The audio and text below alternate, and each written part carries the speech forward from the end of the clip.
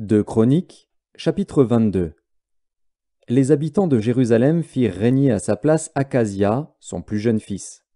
Car la troupe venue au camp avec les Arabes avait tué tous les plus âgés.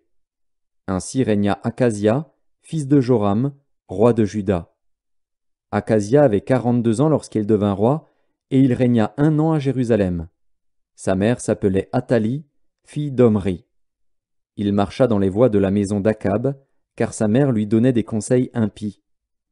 Il fit ce qui est mal aux yeux de l'Éternel, comme la maison d'Akab, où il eut après la mort de son père des conseillers pour sa perte.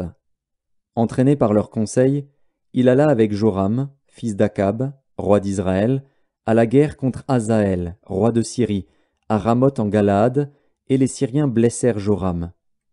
Joram s'en retourna pour se faire guérir à Jizréel des blessures que les Syriens lui avaient faites à Rama, lorsqu'il se battait contre Hazaël, roi de Syrie. Azaria, fils de Joram, roi de Juda, descendit pour voir Joram, fils d'Akab, à Jizréel, parce qu'il était malade. Par la volonté de Dieu, ce fut pour sa ruine qu'Akazia se rendit auprès de Joram. Lorsqu'il fut arrivé, il sortit avec Joram pour aller au-devant de Jéhu, fils de Nimshi, que l'Éternel avait oint pour exterminer la maison d'Akab. Et comme Jéhu faisait justice de la maison d'Akab, il trouva les chefs de Juda et les fils des frères d'Akazia, qui étaient au service d'Akazia, et il les tua.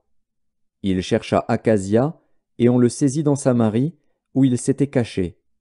On l'amena auprès de Jéhu, et on le fit mourir. Puis ils l'enterrèrent, car ils disaient, « C'est le fils de Josaphat, qui cherchait l'Éternel de tout son cœur. » Et il ne resta personne de la maison d'Akazia qui fût en état de régner. Athalie, mère d'Akazia, voyant que son fils était mort, se leva et fit périr toute la race royale de la maison de Juda.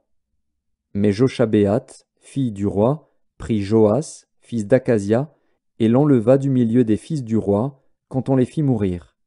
Elle le mit avec sa nourrice dans la chambre d'Élie. Ainsi Joshabéath, fille du roi Joram, femme du sacrificateur Jéhojada, et sœur d'Akazia, le déroba au regard d'Athalie, qui ne le fit point mourir.